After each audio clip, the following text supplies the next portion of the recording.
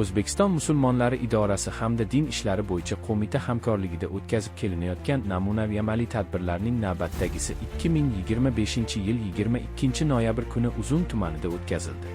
Tadbirga O'zbekiston musulmonlari idorasi Surxondaryo viloyati vakili Rasuljon domla Abdullayev boshchilik qildi. Surxondaryo viloyati Uzun tumani Xo'ja Abu Hurayra masjidida o'tkazilgan tashkiliy yig'ilishda Surxondaryo viloyati vakilligi rahbariyati, tuman bosh imom xatiblari hamda otinoyilari, shuningdek, Uzun tumanidagi masjid imom xatiblari, noiblari, otinoyilar, Haj 2025 ziyoratchilari va mahalla raislari taklif qilindi.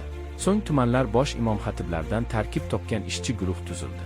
Ishchi guruhning vazifalari taqsimlab berildi.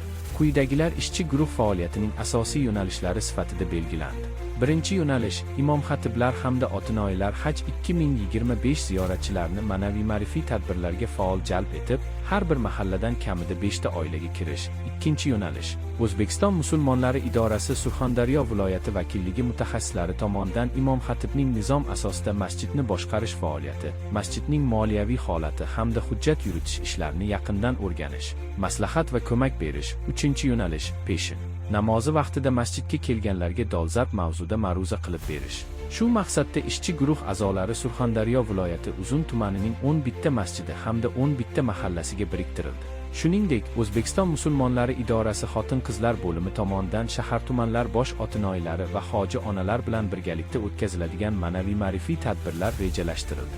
Tadbir doirasida amaliyoti nazarda tutilgan yo'nalishlar bo'yicha quyidagilar amalga oshirildi. Birinchi yo'nalish bo'yicha ishchi guruh a'zosi hamda imom xatiblar, shu bilan birga otinoyilar o'zlariga biriktirilgan mahalla hududidan Haj 2025 ziyoratchisini ma'naviy-ma'rifiy tadbirlarga jalb etdilar. Birgalikda mahallaning eng kamida 5 tagacha muammoli xonadonlariga kirib, u yerda yashayotganlardan hol-ahvol so'radilar.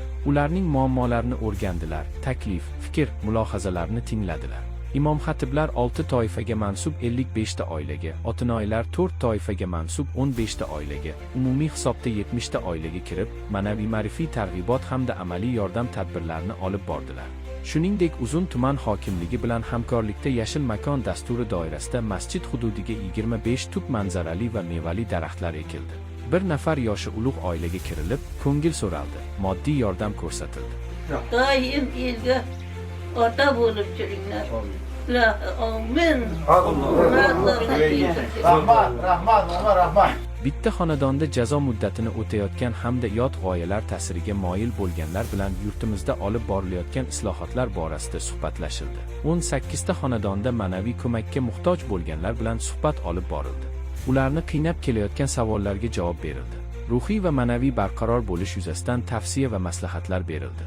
Nogiron va kasalmand, ehtiyojmand fuqarolar, shuningdek tabarruk yoshdagi qariyalar yashaydigan 24 ta oilalarga kirilib, ulardan ko'ngil so'raldi, sovg'a-salomlar berildi, moddiy yordam ko'rsatildi. Homiylarni jalb qilgan holda ehtiyojmandlarga oziq-ovqat mahsulotlari tarqatildi. Ular orasidan o'ta nochor bo'lganlarning moddiy ta'minotidan xabardor bo'lib turish rejalashtirildi. Ikkinchi yo'nalish bo'yicha imom xatibi faoliyati o'rganildi.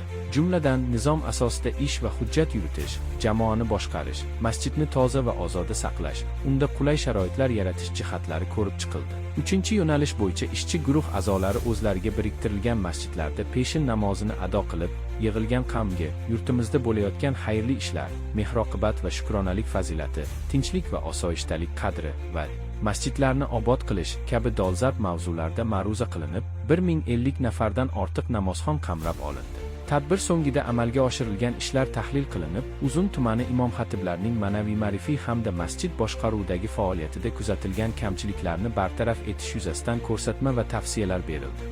Surxondaryo viloyati tumanlar imom xatiblari ish samaradorligini oshirishga qaratilgan ishchi guruhning faoliyati davom etadi.